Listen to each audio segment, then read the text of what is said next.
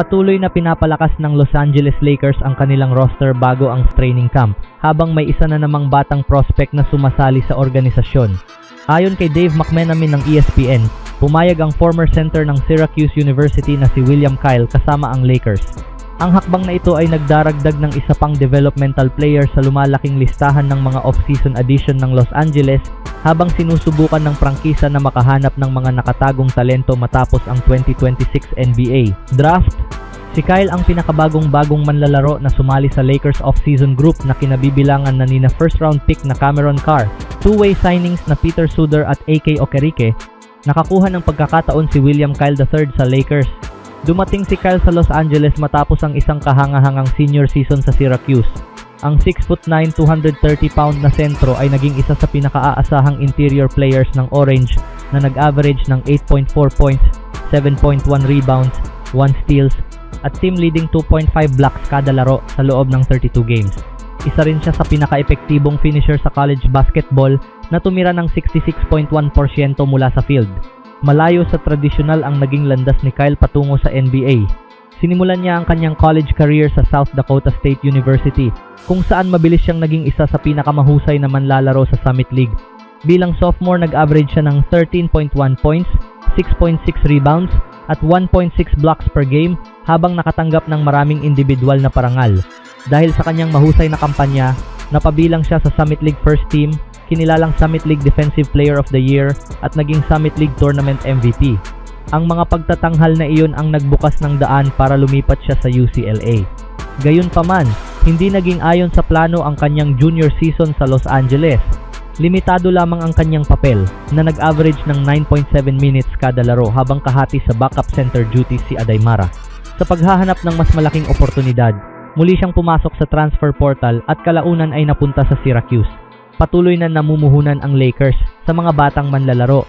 Bahagi ng mas malawak na off-season strategy ng Lakers ang pagpirma kay Kyle. Sa mga nakaraang araw, nagdagdag ang organisasyon ng ilang kapanapanabik na batang manlalaro na maglalaban para sa mga posibleng roster spot sa hinaharap. Isa sa mga nadagdag ay si Peter Suder na pumayag sa isang two-way contract matapos ang isang napakahusay na season sa Miami University. Tumulong si Suder na pangunahan ang Red Hawks sa isang makasaysayang kampanya at nagtapos sa taon na may average na 14.8 points, 4.6 rebounds, 4 assists, at 1.3 steals kada laro habang tumitira ng 54.6% mula sa field at 42.1% mula sa 3-point range. Malawak siyang itinuring na isa sa pinakamahusay na mid-major players sa college basketball at nagbibigay sa Lakers ng isa pang mahusay na offensive option na maaari nilang paunlarin.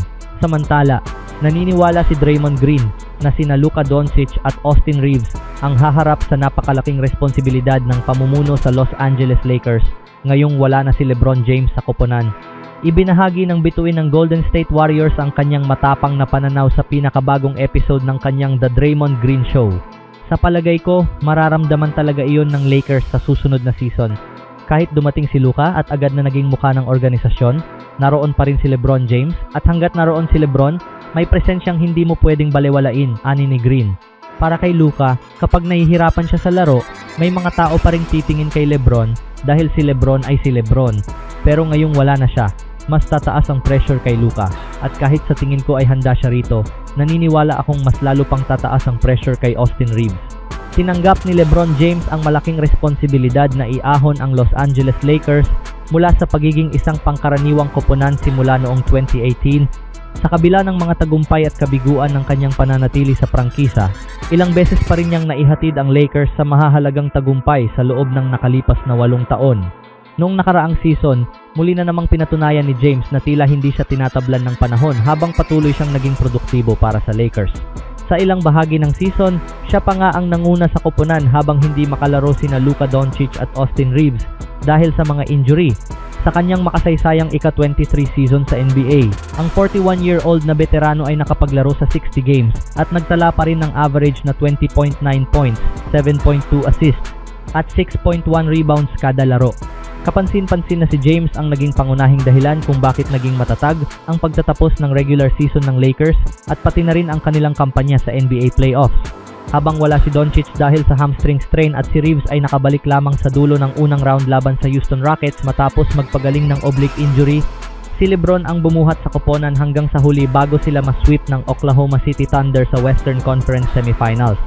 Ngayong nagsisimula ang bagong yugto ng Lakers na si Luka Doncic na lamang ang pangunahing mukha ng koponan at si Austin Reeves ay may matataas na inaasahan matapos pumirma ng 4 na taong kontratang nagkakahalaga ng $185 milyon. Wala nang magagawa ang prangkisa kundi paghandaan ang buhay na wala si LeBron James. Sa tingin ko rin, mas mararamdaman ng organisasyon ng Lakers ang pagkawala niya kaysa sa inaakala nila, lalo na pagdating sa aspetong pang-ekonomiya at sa kanyang presensiya, dahil napakalaking puwersa ni LeBron. Nagdagdag naman sila ng mga manlalarong babagay sa estilo ni Luka, kabilang ang isang center na mahusay tumanggap ng alley-oop at ilang wing players, kaya naniniwala akong magiging mahusay pa rin ang kanilang koponan. Dagdag ni Green. Sa huli, si Luka ay isa ring henerasyonal na manlalaro, kaya sa kabuuan ay magiging maayos pa rin ang Lakers. Pero siguradong magiging iba na ang lahat. Samantala, bagamat halos nakumpirma na ng Golden State Warriors ang pagbabalik ng mga veteranong sina Kristaps Porzingis at Al Horford, kailangan pa rin nilang palalimin ang kanilang rotation sa sentro habang papalapit ang susunod na season. Sa kabutihang palad, maaring natagpuan ng Warriors ang isa pang nakatagong hiyas sa katauhan ni Graham Ike na mabilis na ipinapakita ang kanyang potensyal. Dahil dito, posible ring mawalan ng lugar si Charles Bassey sa koponan pagdating sa papel ng isang interior center. Walang nagsasabing mas mahusay na agad si Ike kaysa kay Bassey na mayroon ng 5 taong karanasan sa NBA. Gayunpaman, may isang mahalagang bentahe ang 23 anyos na si Ike na maaaring magtulak sa Warriors na siya ang piliin. Karapat-dapat si Ike na pumirma sa isang two-way contract, isang bagay na maaaring makuha niya matapos siyang kunin ng Golden State.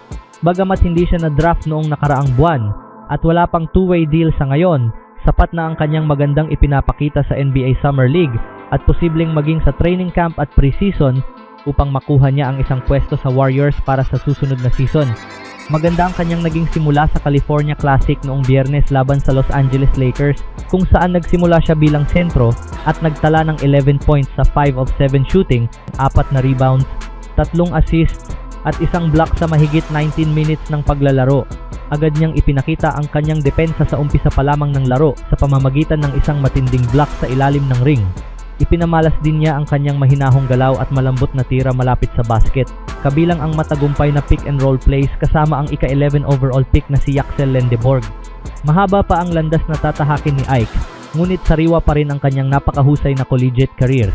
Noong nakaraang season, kinilala siya bilang WCC Player of the Year matapos magtala ng average na 19.9 points, 8 rebounds at 2.4 assists, habang tumitira ng 56.3% mula sa field. Kailangan ng Golden State ng isang sentrong babagay sa floor spacing abilities ni na Kristaps Porzingis at Al Horford, ngunit kailangan ding gamitin ng front office ng mahusay ang limitadong pwesto sa kanilang pangunahing roster. Sa puntong ito, may kalamangan si Ike dahil maaari siyang ilagay sa two-way contract, samantalang si Charles Bassey ay hindi na kwalipikado para rito. Hindi lamang iyon ang pabor kay Ike. Ang katotohanang nagbigay ang Warriors ng qualifying offer kay Quinten Post ay nagpapahiwatig na mas mataas ang tingin nila sa kanya bilang option sa sentro kaysa kay Bassey. Kung makakabalik si Post sa free agency at makakuha naman si Ike ng two-way contract, tila ipinapakita nito na handa nang magpatuloy ang Golden State nang wala si Bassey. Maaring ikadismaya ito ng ilang tagahanga ng Warriors dahil naging kapansin-pansin ang naging ambag ni Bassey sa magkabilang dulo ng court sa kanyang 5 laro kasama ang koponan sa pagtatapos ng regular season.